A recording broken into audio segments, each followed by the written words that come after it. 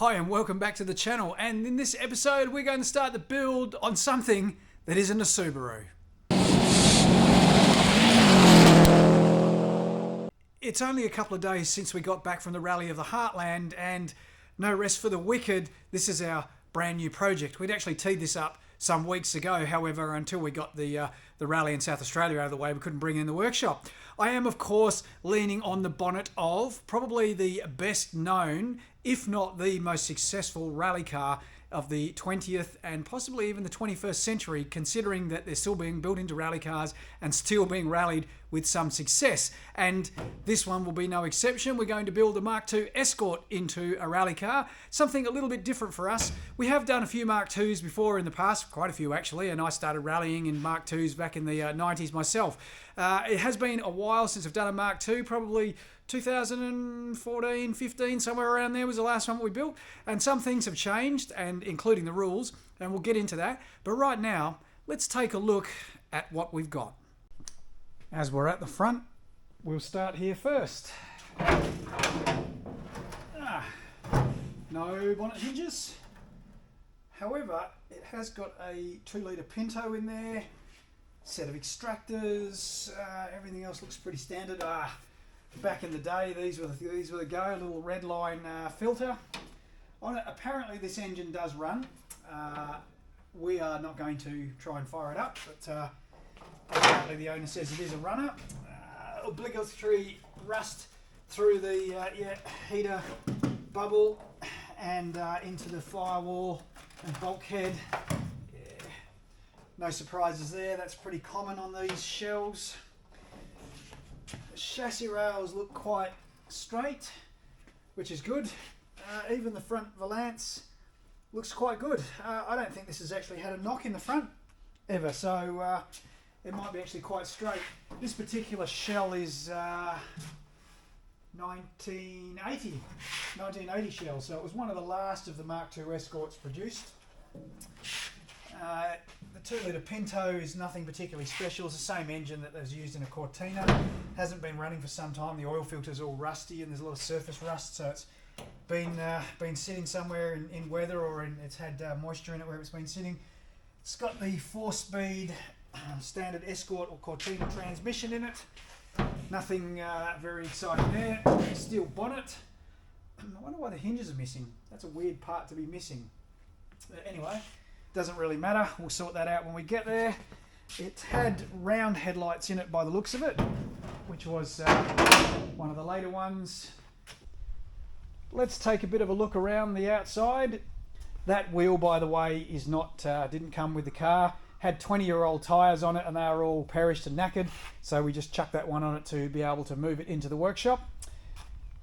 It's got obligatory rust in the scuttle panel. Again, nothing unusual for an Escort of this age. Yellow. It is a 2-door shell. Now these, back in the 90s when I was rallying these things regularly, were a dime a dozen. And you could easily pick one of these up for a few $100s. These days, to get a shell in this sort of condition, which does need considerable work, they're getting hard to get hold of, and so they are, going up a little bit in value. Also some rust in the C-pillar. Again, nothing unusual being an Escort. I'm not sure, I haven't got the boot open yet, so to see what that looks like inside. It did have a spoiler on it, and I think this was factory fitted. I think the last of the 2 litres, pretty much all of them, Ford were just sort of using up all the bits and pieces that they had lying around in the last of the production runs of these. These were made or assembled locally in Australia from knockdown kits from the UK. It has got what I would say is a considerable amount of rust in this rear quarter, and the boot panel under there as well by the look of that. We do have a brand new rear quarter that will go on this, so we'll get rid of all that. That is actually really interesting that it's rusted out so heavily like that. However, in some regards it's good because it makes it a little bit easier for us to get in there. Somebody's had a go at trying to fix the rust in it in the past. A bit of bog in there. Also goes up into the C-pillar there. Again, nothing too special. We have seen all of this before on these cars. It's not uncommon.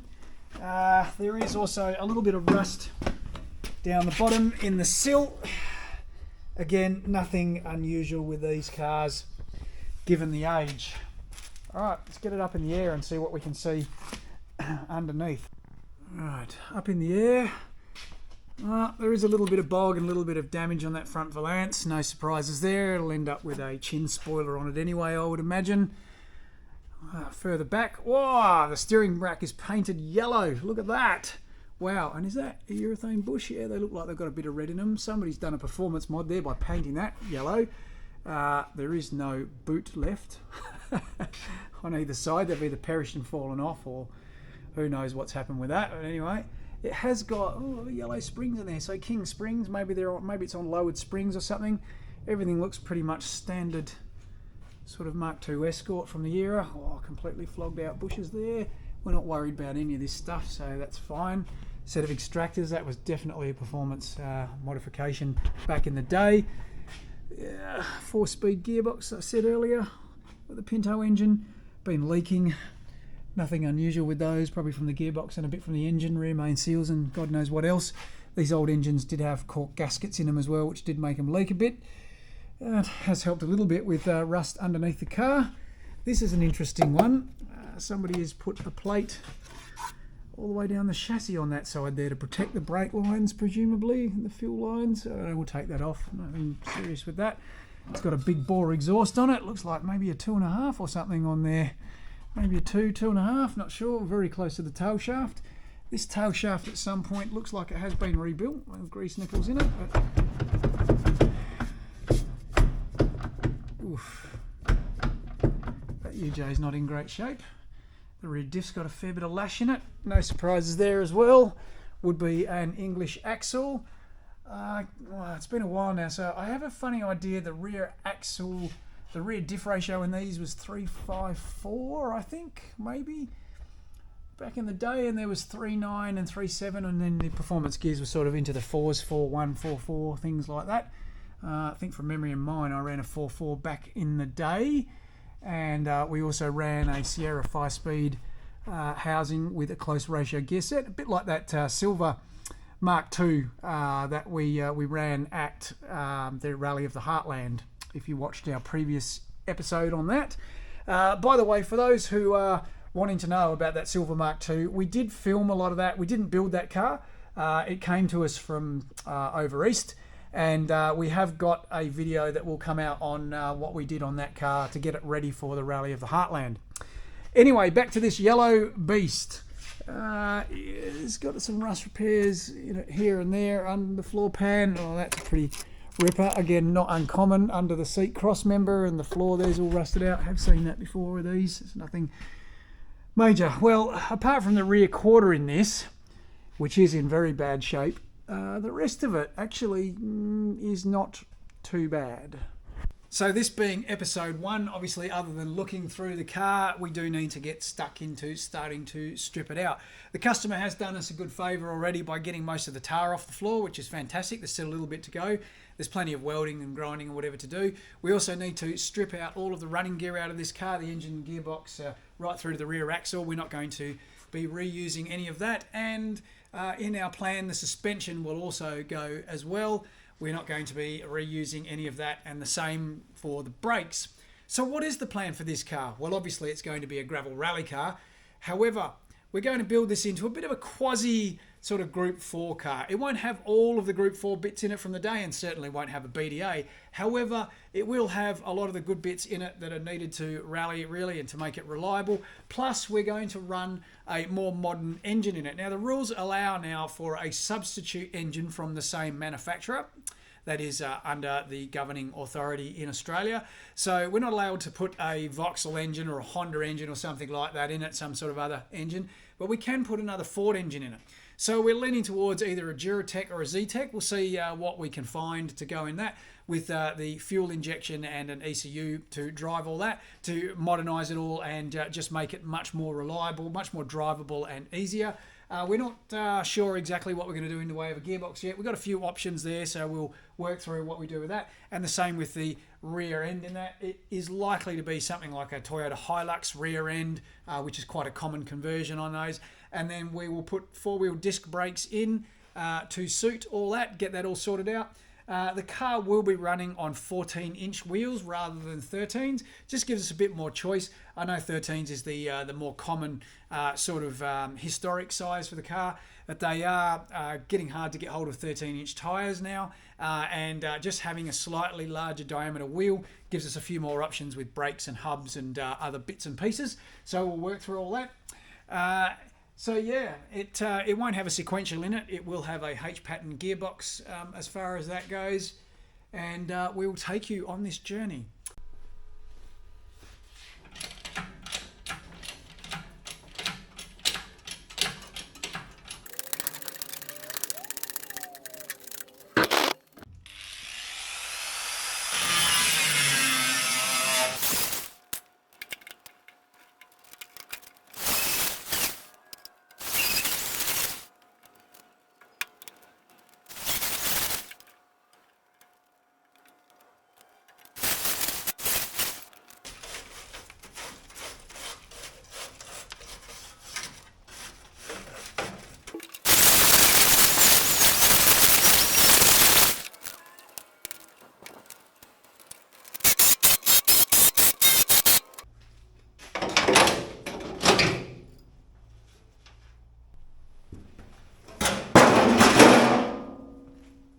Rightio, so that's the left fender off the car.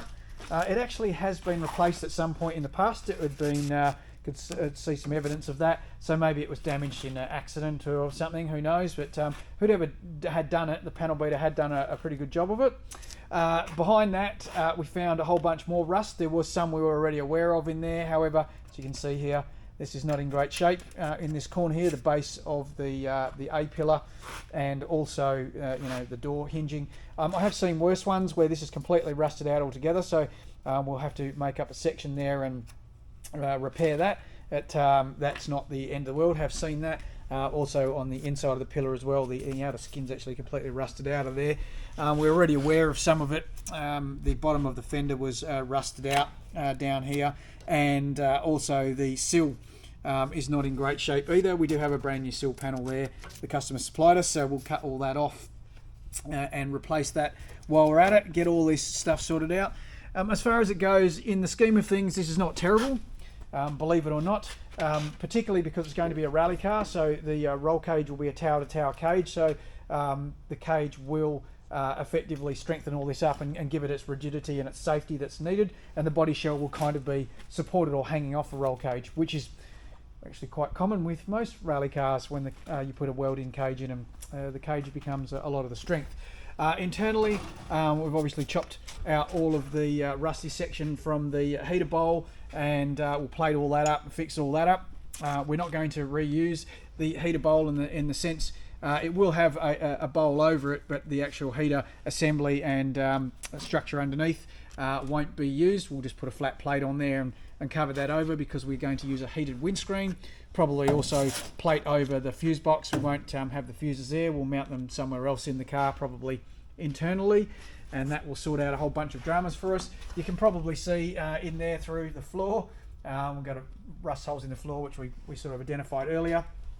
So also the right fender, just started to drill out the spot welds. This is actually the factory fender. It's actually quite in good shape, so it's a little bit of a shame because it would have been nice to leave that fender on. However, this scuttle panel rust in here is rusted down below the height of the fender, so this has to come off to get in there and sort that out properly as well. And who knows what's going to be behind there. There does appear to be some evidence of some rust in the hinge.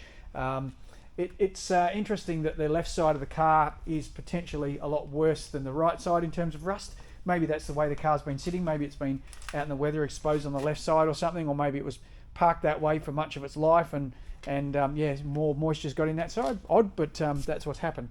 Obviously, also we have got the rear off. The complete rear quarter was quite bad. This whole section down here, as you know, was gone, and that's sort of gone up a little bit into around this vent, so we can fix all that up without too much grief. We've got a complete rear quarter to go on it, so we'll put a rear quarter on there and do away with that. And also this will be cut off, because we then have to put an inner fender in there to suit a forest arch, so we'll get onto that and get all that under control and made up while we're in there. So yeah, it's coming along. It actually hasn't, well, cutting things off doesn't take a lot, particularly when it's so rusty. There wasn't a great deal to cut through in a lot of places.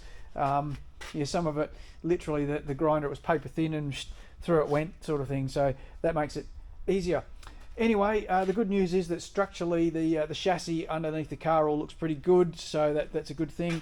And apart from needing to start replacing some of these sections, we'll probably have to do some bracing inside, probably just put some temporary steel tubes in to keep the car square and together before we start cutting into it too far. At the moment it all seems to be quite rigid still, which is good, so we might actually do some of the repair work before we cut any more off it now.